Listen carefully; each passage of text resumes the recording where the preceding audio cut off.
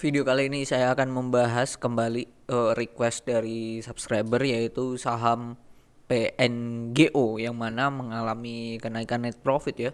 Padahal kalau kita telaah sendiri itu CPO sedang lemah-lemahnya. Kok bisa ya? Nah, net profitnya bisa naik lumayan lah ya. Nah, kita simak videonya di kali ini tentang apa sih yang membuat alasan PNGO labanya bisa naik di kuartal 1 2023. Check this out. Ini saya tag saat tanggal 14 Juni 2023 jam 11 siang. Oh, ini saya share kemarin ya, di mana harga CPO lemah, kinerja emiten lesu. Nah, kalau kita cek dari laporan keuangan dari PNGO sendiri, di pendapatan atau omsetnya sendiri itu mengalami kenaikan gitu. Mengalami kenaikan, sebelumnya 513 M jadi 591 M. Kenaikannya lumayan lah. Nah, kalau kita cek berdasarkan penjualan sendiri, itu paling banyak itu malah di kenaikan luar biasa ya. Itu ada di minyak sawit dan inti sawit. Bahkan karet dan kompos mengalami penurunan gitu. Dan proporsi omsetnya sendiri untuk si minyak sawit dan inti sawit itu sebesar, kalau kita kalkulat ya, 873 dibagi dengan 59133991049 itu porsinya 66%, jadi separuh lebih lah. Nah, ini hal yang menarik ya, padahal harga dari CPO-nya turun. Oke, kita simak ya, kita ulas di PNGO sendiri. Net profitnya kenaikannya lumayan lah ya, lumayan. Jadi 71,3 M, sebelumnya 50,2. Kalau kita hitung 71,3 kurangi 50,2 dibagi 50,2, kenaikannya capai 42%. Kenaikannya gede juga ya, gede juga 42% secara perusahaan ya. Padahal asetnya ini mengalami penurunan. Aset kasnya sendiri lah, sebelumnya 72 M di akhir tahun jadi hanya 29 M. Ini penurunan yang sangat drastis banget ya. Kalau kita cek kasnya sendiri, proporsinya untuk PNGO sendiri, kasnya itu 29 M, itu porsinya di deposito itu ada 2 M doang. Sisanya itu dalam bentuk kas di bank ya.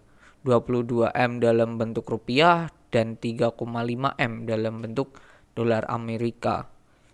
Jadi ini menurut saya, bagi saya ini nggak oke lah ya. Bagi saya pribadi ya, preferensinya. Karena kasnya lebih banyak di dalam bentuk rupiah gitu. Nah, bahkan kalau kita bandingkan kesehatan perusahaan kasnya doang ya dengan utang banknya, ini gede banget ya utang banknya ya. Utang bank jangka pendek ini 10,6. Oke. Terus ditambah utang jangka panjang yang jatuh tempo 1 tahun, yaitu ada 90 M. Berarti udah 100 sendiri kan, 100 M. Lalu di jangka panjang nih ada utang bank juga 413 M. Jadi kalau di total ini hutangnya setengah T sendiri ya. Gede banget ya PNGO ini. Padahal dari segi asetnya, kasnya itu hanya 29 M. Persediaannya cuma 200 M. Jadi ya masih kurang gitu. Masih kurang kalau bisa dikatakan untuk perusahaan untuk membayar hutang-hutang berbunganya itu. Nah, kalau kita hitung juga saldo laba yang belum ditentukan ini totalnya lumayan gede kalau ditambahin, yaitu 674 M. Jadi hutang berbunganya bisalah di cover dengan ini. Masih ada free cash flow 100 ditambah ya ini tadi kasnya sendiri itu 29 ya, jadi under 150 free cash flow lah ya, 150 M nya. Dengan catatan saldo laba yang belum ditentukan penggunaannya itu digunakan untuk bayar utang berbunga semuanya. Masih ada sisa 100. Nah, dengan asumsi segitu, market cap 1T terlalu beresiko sih menurut saya ya. Untuk perihal kesehatan perusahaan ini sedang ya kondisi yang tidak baik lah ya menurut saya. Kalau 1 banding 10 ya untuk segi kesehatan perusahaan ini bisa dikasih angka 4,5 lah menurut saya gitu. Nah, oke.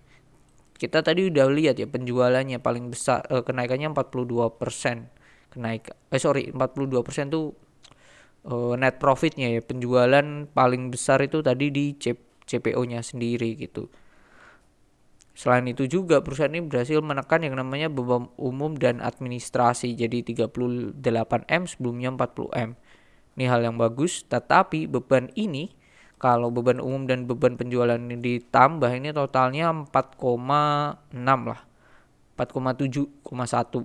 Nah, sedangkan yang di kuartal 1 2022 ini totalnya 45. Jadi adanya tetap aja kenaikan di bebannya.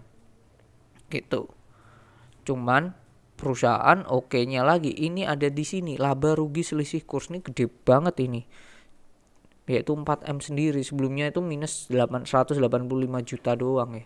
Ini untung 4,3 laba dan selisih kurs. Ini kan based on akuntansi doang ya. Jadi kita hiraukan, kalau hal itu kita hiraukan berarti laba dari perusahaan aslinya itu hanya sebesar kurangi berapa tadi? Kurangi 4M, 4,3 ya. Jadi laba perusahaan aslinya itu hanya sebatas 67 ya, 67M. Ya, laba perusahaan aslinya itu hanya sebatas 67 miliar gitu. Selain ini apalagi sih, yaitu penghasilan keuangan yaitu capai 43 penghasilan keuangan. Ya. Laba penjualan aset tetap itu mencapai 43 juta untuk perusahaan. Gitu. Itu sih hal-hal yang membuat perusahaan mengalami kenaikan. Gitu. Meskipun net profitnya naik ya, kalau menurut saya pribadi ini salah satu hal yang kurang oke ya dari hal liabilitasnya atau hutangnya tadi. Jadi menurut saya agak bahaya ya untuk PNGO sendiri meskipun adanya kenaikan. Gitu sih. Ditambah ya hal yang perlu kita apresiasi adalah dengan CPO-nya harganya turun, dia masih bisa dapat omset atau penjualannya luar biasa, itu harus kita apresiasi ya. Cuman kalau tadi kita lihat ya liabilitasnya gede, ya itu menjadi salah satu hal yang kurang oke sih untuk perusahaan. Jadi bagi saya untuk PNGO sendiri skip dulu sih dari segi laporan keuangannya. Oke, mungkin itu ya view saya tentang PNGO, semoga bermanfaat. Jikalau ada view lain tentang PNGO terutama atau sektor CPO khususnya, nah silahkan tulis aja di kolom komentar. Oke, mungkin itu video kali ini. Kalau ada request bolehlah ditulis di kolom komentar. Nanti akan saya dan tim pilih mana yang akan saya bahas. Oke, sampai jumpa di video yang lainnya. Bye-bye.